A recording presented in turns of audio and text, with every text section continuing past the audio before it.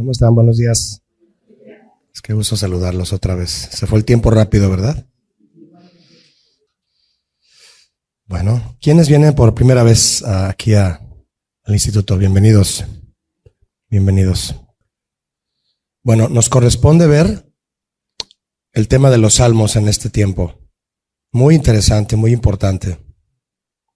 Como todos los libros de la Biblia, por supuesto, pero me refiero a la trascendencia que ha tenido este libro desde que fue recopilado. Tiene una historia muy, muy especial. El libro de los Salmos, entonces comenzaremos a ver su trasfondo, mis hermanos. Mucho que hablar de este libro y mucho que aprender, obviamente. Vamos a ver qué podemos extraer. Este libro, usted lo conoce en la Biblia.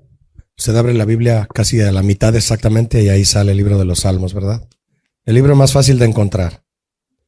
Otra forma de llamarlo, por vocablos usados provenientes del origen hebreo, era llamado el libro de las alabanzas. Así le decían a este libro, el libro de las alabanzas. Y bueno, es fascinante, ¿no? Hablar del tema de las alabanzas en cuanto a sus raíces. En el Antiguo Testamento, hablar del tema de la alabanza es fascinante, siempre lo es.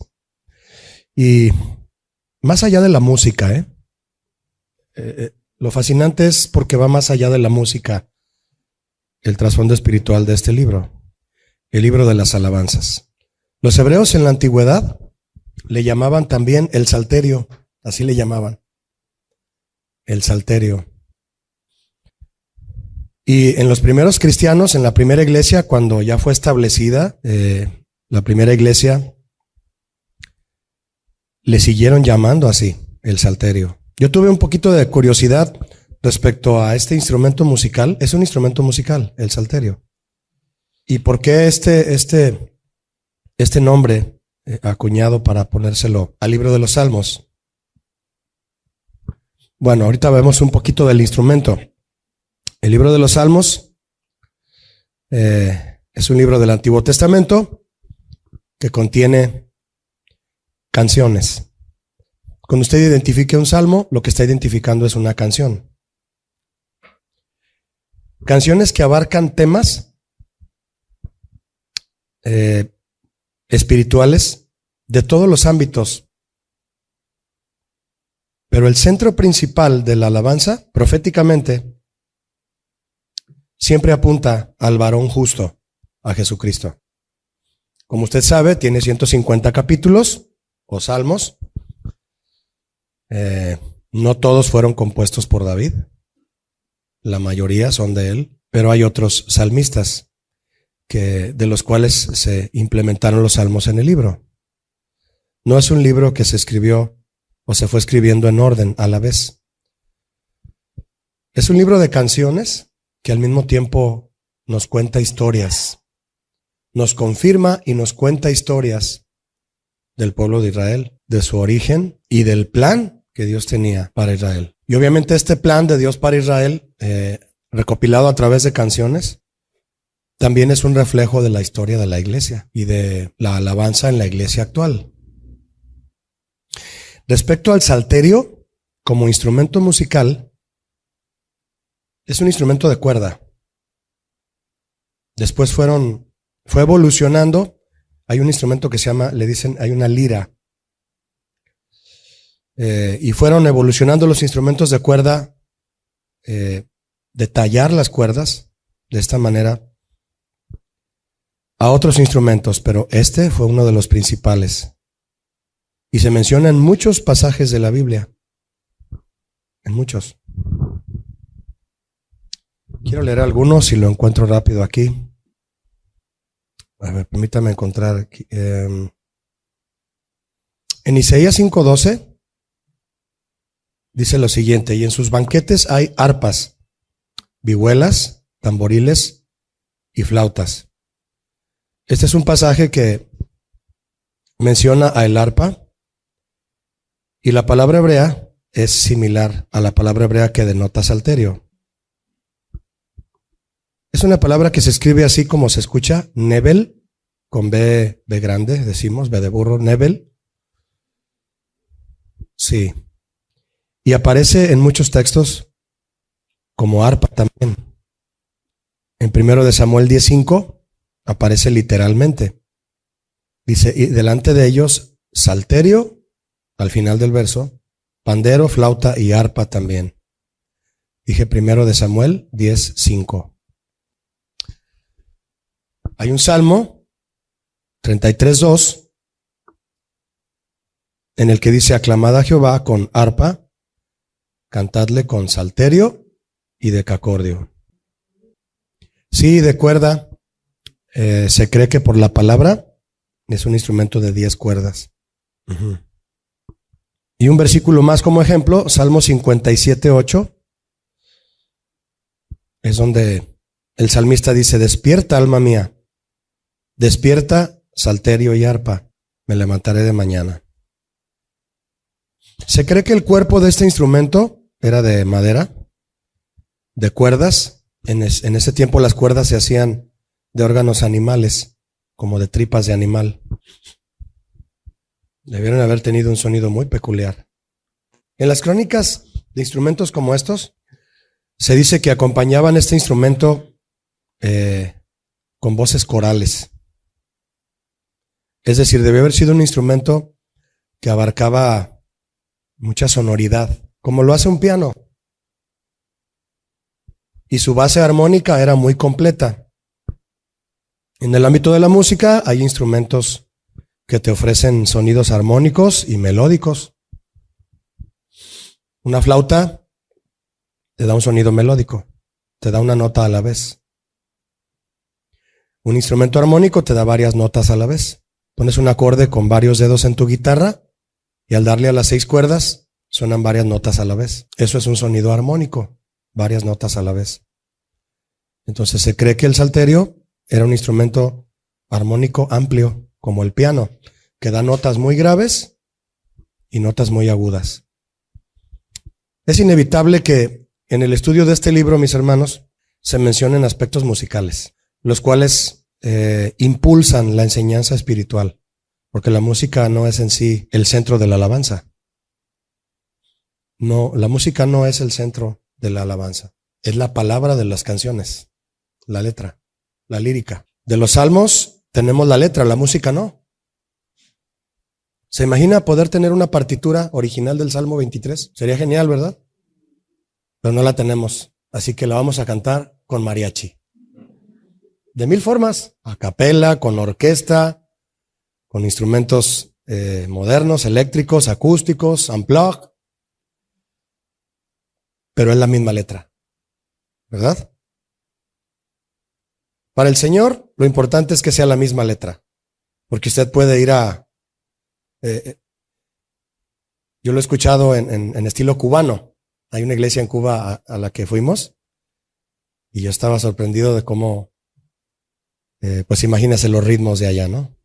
Pero la iglesia es cristiana, bien, y cantaban alabanzas con sus ritmos y eran letras de la Biblia. Entonces, para decir, eso es pagano, son ritmos paganos. No, la música es amoral. La música es donde tú la pongas para exaltar a Dios mientras sea la Biblia, ahí está. Ahí está la alabanza a Dios. Y sobre todo que salga de un corazón sincero que quiere alabar a Dios, no exhibirse. Temas que siempre van a estar ahí detrás del estudio de la alabanza. Pero el libro de los Salmos tiene más, va mucho más allá del tema de la alabanza. Tiene como plataforma la alabanza a Dios para enseñarnos principios espirituales que trascienden en todas las áreas de la vida cristiana y de la iglesia. Entonces era un instrumento armónico muy amplio como el piano para poder acompañar a grupos corales. David lo usaba mucho, tenía coros. No solamente tenía vocalistas como solistas, compositores, él puso coros grandes durante todo el día en el tabernáculo que levantó para el Señor. Usó salterios cuando trajo el arca a Jerusalén, instrumento para celebrar. Quedó tan identificado el instrumento con los cantos que se ofrecían en alabanza a Dios que se le quedó el nombre, a manera de sobrenombre, al libro. Cuando David, por ejemplo, también organizó el servicio musical del santuario que hizo para el Señor, porque todo esto no fue en el templo de Salomón, esto fue, el templo de Salomón fue después de que David fue rey. Fue en una tienda que le había hecho David al arca. Bueno, organizó un servicio musical en su santuario que le hizo al arca y designó a levitas para tocar este instrumento. Primero de Crónicas 15, 16. Dice: Asimismo, dijo David a los principales de los levitas que designasen de sus hermanos a cantores con instrumentos de música, con salterios y arpas y címbalos, que resonasen y alzasen la voz con alegría. Aquí hay instrumentos armónicos y percusivos, como son los címbalos, eran una especie de platillos. Había que hacer ruido, un ruido armónico que fue evolucionando, y todo esto para acompañar las letras de los salmos. Debido a que son cantos, vamos a encontrar ese trasfondo musical siempre, pero sin dejar de llevarnos todo el trasfondo espiritual. Ahí está entonces el salterio, mis hermanos, presente como instrumento musical en los salmos, para explicar en principio la tendencia que tuvieron los israelitas para decirle así a este libro, el salterio. Y traducido a nuestro idioma, el libro de las alabanzas. El rey David fue uno de los salmistas principales, si no es que el principal, ¿verdad? Como rey comenzó a establecer, y obviamente fue guiado por Dios para establecer que los instrumentos musicales acompañaran letras, que es lo que vamos a estar examinando lo más a fondo posible, las letras de los salmos y a dónde nos llevan. La división que tiene el libro de los salmos, que es una división sorprendente, perfecta, guiada por Dios. David fue quien estableció que las letras acuñadas en los salmos como cantos fueran acompañadas con instrumentos musicales, dejando esto como algo perpetuo para el culto público. Es decir, no había música antes en el tabernáculo en la manera en que David lo estableció.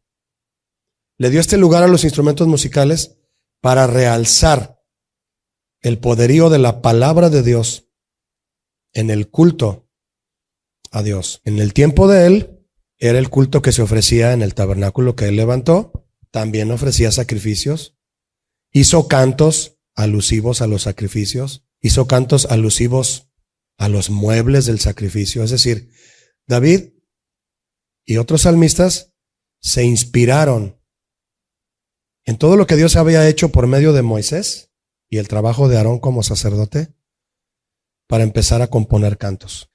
Cantos que hablaran de las grandezas de Dios, de la historia de Israel, y se fueran acuñando para terminar siendo lo que dijo un reformador: los salmos es una Biblia dentro de la Biblia. Así lo dijo. Porque todo lo que el tema del que quisieras hablar de toda la Biblia fuera de los salmos, está en los salmos, a través de cantos. Es por eso que cuando la iglesia adora al Señor, debe cantar las grandezas de Dios, la historia de Israel, la obra de Cristo, la redención del hombre. De todo eso deben estar impregnados los cantos. Hay muchos cantos basados en un sentimentalismo humano en el que muchos, y está bien, intentan y quieren decirle o le dicen a Dios de sus sentimientos. Está bien. Pero cuando tú te inspiras en la Biblia ya completa, acuñada, ya tenemos la Biblia, ya nadie le quita ni le pone. Cuando tú te inspiras en la letra bíblica para exaltar a Dios, le estás cantando en base a su palabra, y tu alabanza es inspirada, supervisada, filtrada y proclamada en base a la misma Biblia. No es un celo, o no es solo un celo pastoral, que la alabanza sea totalmente bíblica. Es un mandamiento de Dios, que así lo sea. El templo de Salomón fue el segundo templo, ya levantado, ¿verdad? Y fijo, ahora sí que era un inmueble, porque el tabernáculo era ambulante. Se cree que en el templo de Salomón es donde fue establecido el libro de los Salmos como el himnario. Es decir, se fueron recopilando tantos salmos, ya al final, recopilados al final de la vida de David, junto con los de los hijos de Coré, los salmos de Asaf.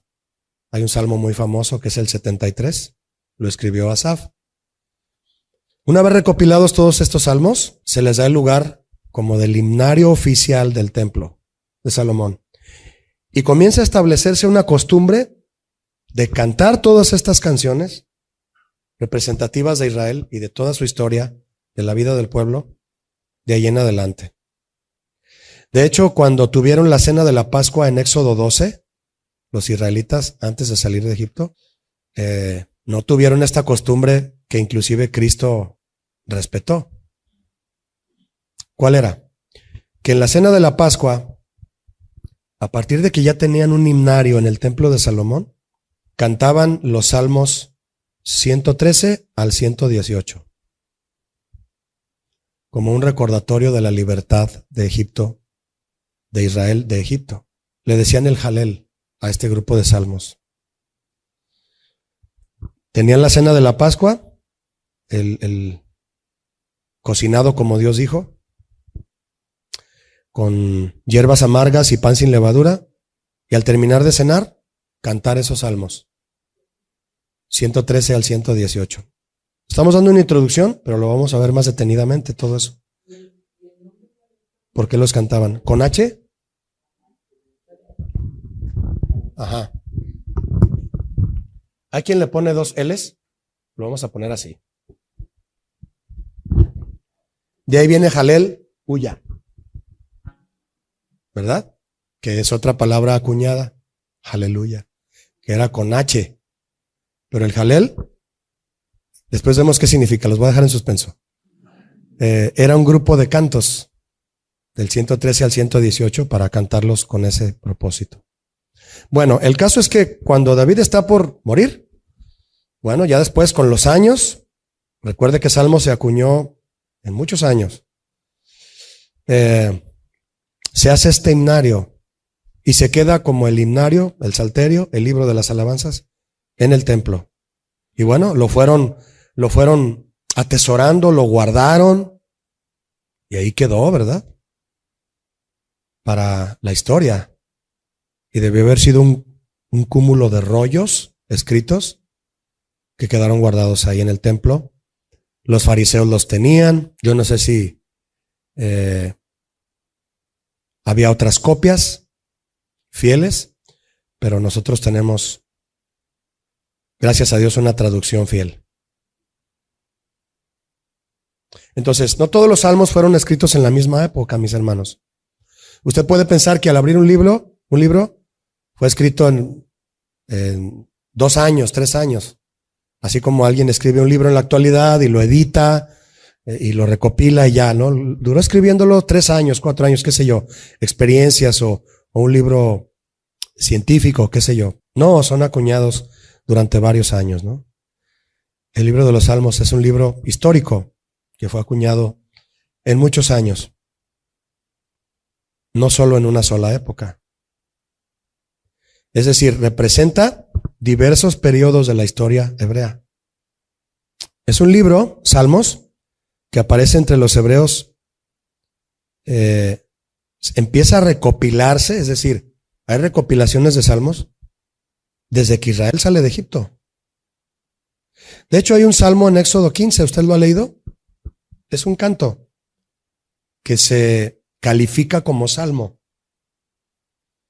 Es el cántico con el que alabaron al Señor Moisés y María al ser libres de Egipto. Creo que de ahí es donde viene, echó a la mar quien lo perseguía, jinete y caballo echó a la mar. Que todavía cantamos, ¿verdad? Para celebrar y para recordar, porque una de las cosas que hace la alabanza es recordarnos, mantener viva la libertad del Señor el precio que Él pagó. Eso es uno de los propósitos de la alabanza, recordarle al pueblo de Dios sus obras y celebrarlas y exaltarlo por sus obras, las que ya hizo, las que hace y las que seguirá haciendo. Quedan muchas, ¿verdad?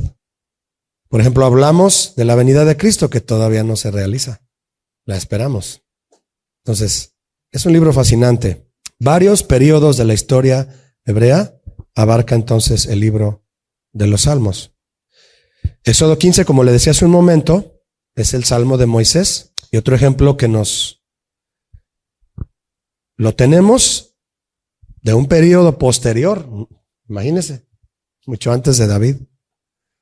Debió haber sido un canto que también lo acuñó Josué cuando llegan a la tierra prometida en Canaán. Hay otro en Jueces 5 que se considera literalmente y en toda la regla salmística lo es. Jueces 5 es un cántico que cantaron Débora y Barak. Débora fue una mujer que luchó por el pueblo de Israel, ¿verdad? Junto con Barak, su aliado, cantaron un cántico de libertad, en una batalla, ahora sí que épica, en la que liberaron a Israel de una invasión. Ahí está ese salmo en Jueces 5. Recuerde que Jueces habla del comportamiento de Israel después de haber muerto Josué. Habla de cómo el pueblo estaba sin ley. Cada quien hacía lo que bien le parecía, ¿verdad? Dice Jueces. Pero si usted lee la historia de Débora y Barak, ahí en Jueces 5, el principio del capítulo dice cántico de Débora y Barak. Y comienza diciendo, aquel día cantó Débora con Barak, hijo de Abinoam, diciendo, y empieza la letra de todo el Salmo, que prácticamente es todo el capítulo. Hay salmos que muy probablemente, o seguramente, ¿verdad? Lo que pasa es que así dicen las crónicas, y por el estudio de cómo fue estructurada la letra, creen que fue una letra espontánea, guiada obviamente o inspirada por el Espíritu Santo. Entonces, hay salmos que se compusieron cuidadosamente. Tienen etapas de composición y de estructura literaria muy elaborada, como el 119. Pues, tiene más de 100 versículos, imagínense. ¿Verdad? Yo creo que lo cantaban en una semana. Imagínense cantarlo todo, ¿verdad? Estaba dividido en bloques, lo vamos a ver luego. Pero hay otros que se cree que su estructura fue inspirada espiritualmente como un cántico espontáneo. Por ejemplo, hay un salmo en el 33:3, Salmo 33:3, en donde el salmista dice,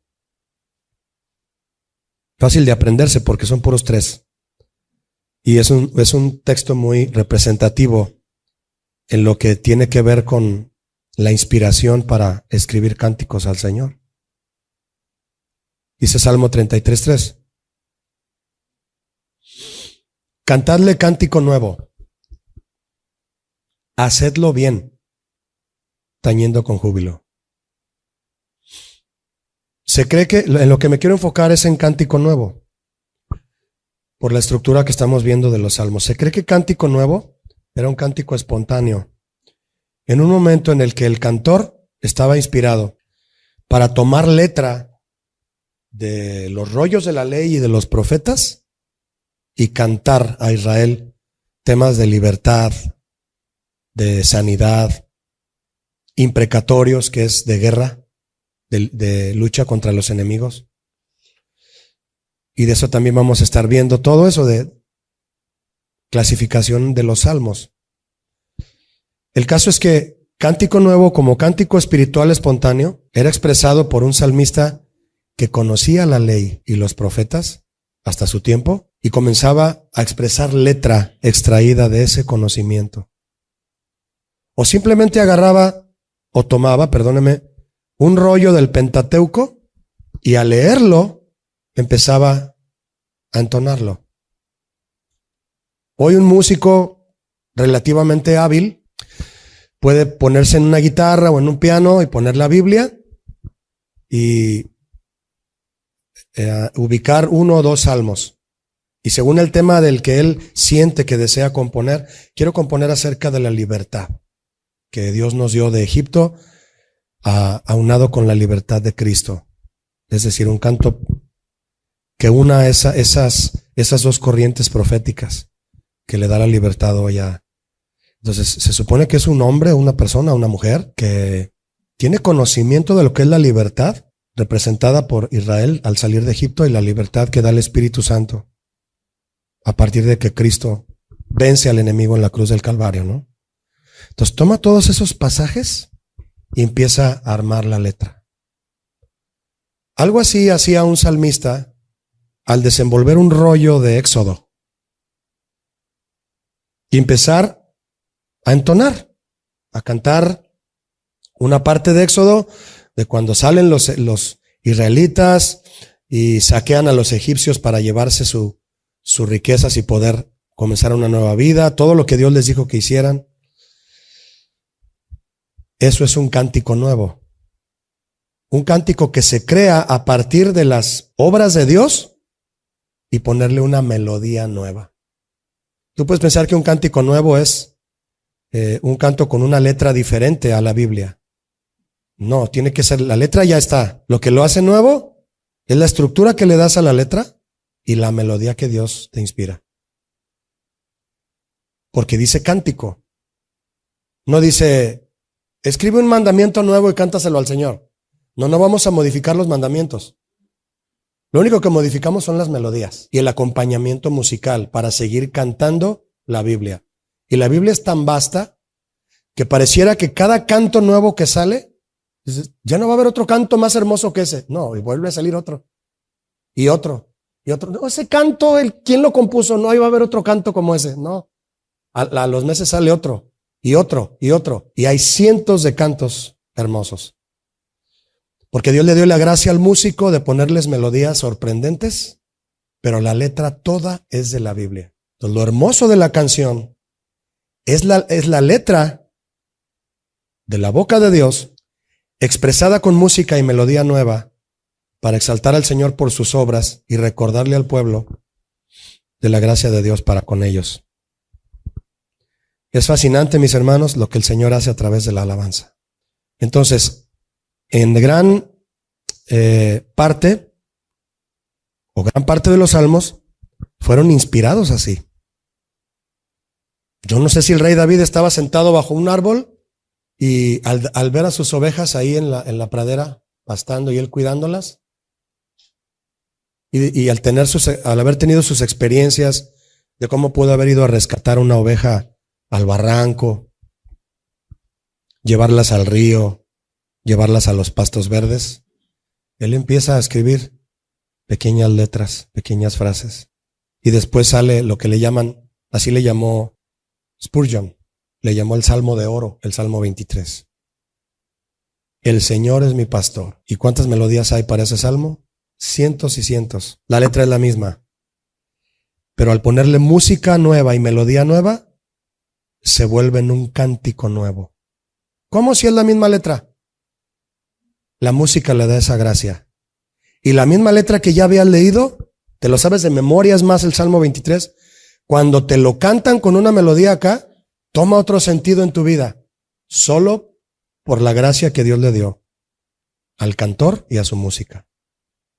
Es la gran bendición que hay en alguien que le puede poner melodía a una letra. Hoy en día muchos meten la letra a la inteligencia artificial y le dicen a la inteligencia artificial, hazme una canción del Salmo 23. Sí te la hace. Pero esa melodía no fue tuya. La letra es de la Biblia, está bien. ¿Ahora es malo oírla? No, porque es la Biblia. ¿No? La inteligencia artificial está sirviendo para que tú adores a Dios. Es una herramienta. ¿Qué? Perdón. Mientras sea la letra de la Biblia y la cantemos con el corazón y esté tocando tu corazón para recordar la grandeza de Dios y que Él te pastorea, eso es adoración. Sí.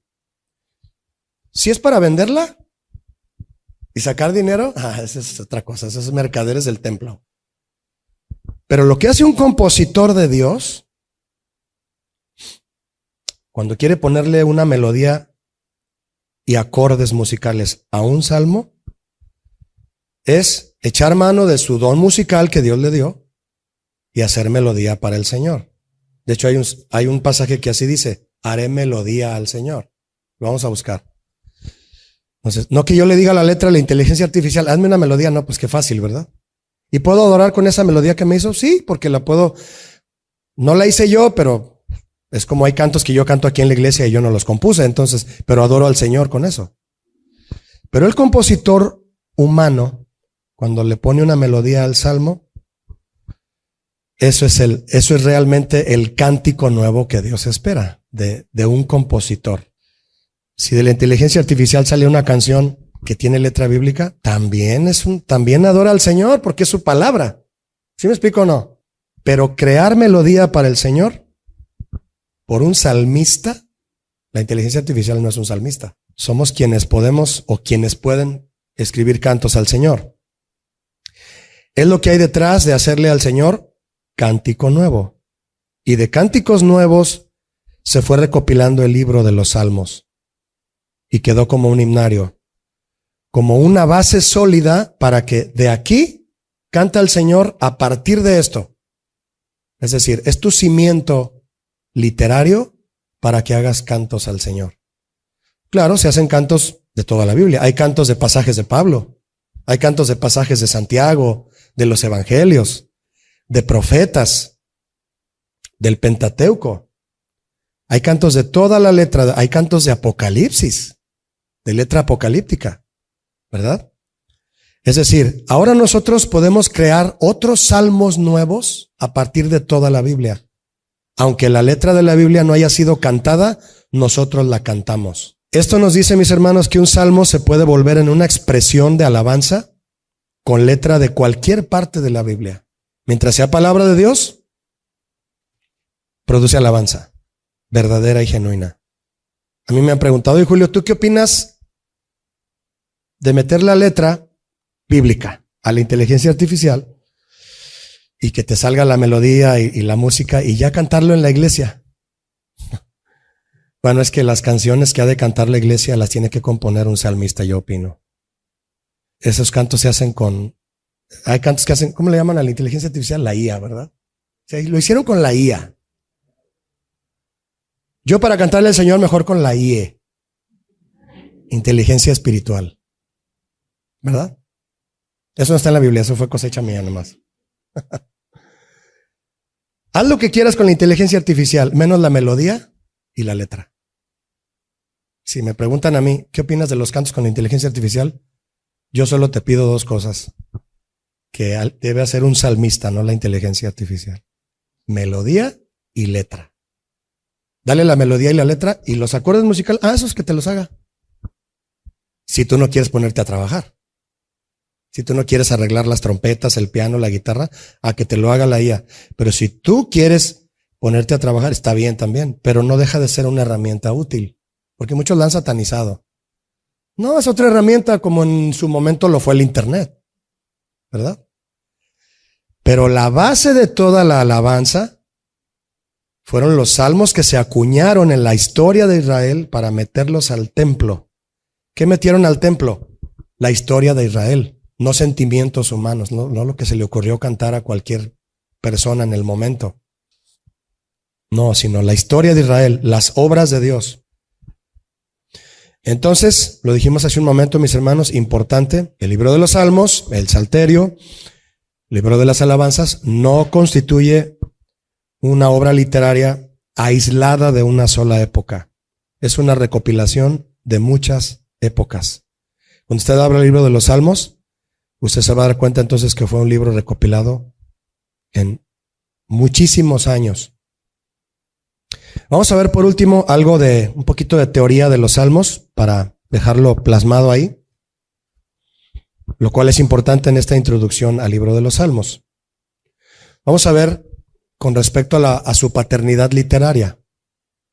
Es decir, ¿quién contribuyó a que el libro de los Salmos quedara plasmado? Hay un promedio de 73 salmos que se le atribuyen a David. Del libro de los Salmos, de los 150 que tenemos nosotros recopilados, se cree que 73, no menos, se le atribuyen a David. Era una máquina de adoración, ¿verdad? Hay otros autores que se nombran en los títulos, usted lo va a ver. Uno de ellos conocido es Asaf. Asaf.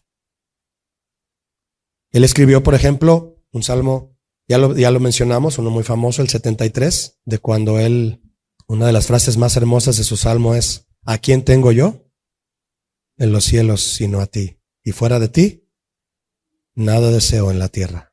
Qué letras, ¿verdad? ¿De dónde salen? Solo pueden salir del Espíritu Santo. Nada más. ¿Qué le dijo Jesús a Pedro cuando le dijo: ¿y quién dicen ustedes que soy yo? ¿Tú eres el Hijo? ¿El Cristo? El Hijo del Dios viviente.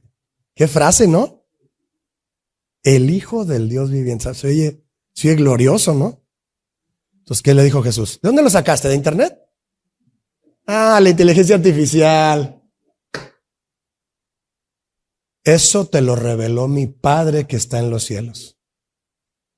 Entonces, la letra para nuestras alabanzas la tenemos en la Biblia. No en ningún otro lado. ¿Y las melodías? Ah, pues en la IA. Mira tú. No, métete en oración y que empieces a cantar. Yo me imagino al salmista Chuy García. ¿Lo conocen? Algunos ya no, porque ya tiene varios años que se fue. Pero sí hay quien lo conoce aquí. Nuestro buen amigo Chuy García, pastor en Casa de Oración Santa Fe. Yo compartí mucho tiempo con él antes de que él se fuera de aquí a servir a Dios como pastor. Muchísimos años. Yo llegué aquí en el año 2000. Él se fue como en el 2021, más o menos. Entonces yo compartí con él como 21 años aquí, en la alabanza, en el tiempo que él fue líder de alabanza, todo. Fue por años, él fue líder de alabanza. Y pues él ha compuesto un montón de cantos que todavía cantamos. Entonces, yo no me lo imagino a él metiéndole letra a la inteligencia artificial. No me estoy burlando de la inteligencia artificial ni la estoy menospreciando. Es una herramienta muy útil, ¿verdad? No, pero cada cosa tiene su lugar y tenemos que ser sabios. Señor, ¿cómo uso esto? Pero es una herramienta y ahí va a estar y ya es parte de la vida cotidiana. Pero yo no me imagino a un compositor como él. Me lo imagino con su guitarra ahí en su oficina o en su casa y empezando a rasguear y viendo un salmo y empezando a cantar lo que Dios le daba, ¿verdad? Qué sé yo. Oh, qué amor, cuánto amor, en el camino a la cruz. Manifestaste tu amor por mí. ¿Cómo dice el coro? Mi Jesús, en cada paso que tú dabas al morir por mí, cada golpe recibido, con gran odio y rencor, estabas pensando en mí. Chuy García, ¿verdad? Toda la gracia que hay ahí para componer cantos. Entonces, estos autores fueron inspirados por el Espíritu Santo. No había nada. No había ni siquiera energía eléctrica. Era su comunión con el Espíritu Santo. Salmo 50 es de Asaf también. Uno de los versos sobresalientes del Salmo 50 es: sacrifica a Dios alabanza. 50:14. Y paga tus votos al Altísimo. Genial eso. Sacrifica a Dios alabanza y cumple lo que prometes al Señor. Tremendo, ¿no? De Asaf, Salmo 50:14. Y otros, el 83 también es de él. Otros autores, los hijos de Coré. Levitas. Versos Salmos como el 42, el 49, o más bien del 42 al 49, lo tengo aquí anotado. 84 y 85, 87 y 88. Hay salmos de Salomón, ¿sabía usted? Del 72, el 72 es de Salomón. El 127 también. No fue tan compositor como su papá, pero hizo letras hermosas. Su oración cuando presentó el templo tiene letra para hacer cantos hermosos. Su oración, la dedicación del templo en Primera de Crónicas 6 y 7. Tú ves la oración de Salomón cuando dedicó el templo, cuando lo terminó. Son unas letras hermosas y de mucha humildad. Empezó bien, esperamos que así haya continuado a pesar de todo lo que vivió y todo lo que escribió en Eclesiastés, ¿no? Diciendo que nada hay nuevo debajo del sol. Se quedó hastiado de tener tanto y añoró, ¿verdad? Muchas cosas. Pero bueno, el caso, en el 72, por ejemplo, él escribió: oh Dios, da tus juicios al rey y tu justicia al hijo del rey. Palabras proféticas, ¿no? Él juzgará a tu pueblo con justicia y a tus afligidos con juicio. ¿De quién está hablando? De Cristo. Totalmente. Y lo escribió Salomón cientos de años atrás. Salomón, el 72 y el 127. Hay otro que se llamaba Emán, con H. Emán escribió el Salmo 88. Etán. En inglés, Ethan, ¿verdad? Sí, bonito en inglés. Ethan, dicen en inglés. Etán escribió el 89. Ajá, el Salmo 90 es de Moisés. Emán el 88, Etán el 89, Moisés el 90. Todo esto es un ejemplo, mis hermanos, información que usted puede tener ahí o puede corroborar también en las redes, en sus comentarios bíblicos, de cómo fue acuñado este libro. Alguien trajo el Salmo de Moisés y dijo, vamos a meterlo al himnario, ¿verdad? Vamos a meterlo ahí. Entonces, esta es la atribución de los salmos a los compositores más sobresalientes. Hay salmos, uno que otro, como el libro de los Hebreos, no se sabe quién lo escribió. Hay salmos que no se sabe quiénes lo escribieron. Creo que hay uno por ahí, el 84. No están seguros si fue David. 91 creo que es de David. Fíjate que no tiene título. Hay que investigar. Sí, es uno de los que también, como el 84, no se sabe de quién, con exactitud. A veces mencionan, se cree, como dicen de Hebreos, que creen que fue Pablo, pero nadie lo puede asegurar, ¿verdad? Del libro de los Hebreos. El 84 yo lo había leído muchas veces y siempre pensé que era de David. Y ya cuando hice una predicación del Salmo y investigas bien para dar información fidedigna, dije, ay, no tienes hace mucho tiempo me di cuenta, no se sabe. Y tan hermoso que está el Salmo, ¿verdad? Habla de la casa, el tabernáculo. Del 91, que habla de que Dios es nuestra protección, un refugio. No tengo una reseña de quién lo escribió. Puede ser otro de los que no hay título, no hay autor, perdón. Fíjate. 84, 91, hay otros por ahí. Después lo vamos a ver, pero sí hay algunos de los que no se conoce el autor. Bueno, por último, entonces, vemos esta división inicial de los salmos, de los autores, conscientes de que de algunos no se puede asegurar la paternidad literaria, ¿verdad? A muchos se cree que es de parte de David, pero no se puede asegurar. Hay excepciones. Bueno, mis hermanos, entonces, esto fue la introducción del libro de los Salmos. Vamos a continuar después, si Dios nos permite, ¿de acuerdo? Que Dios les bendiga. Gusto en saludarlos y nos vemos aquí luego.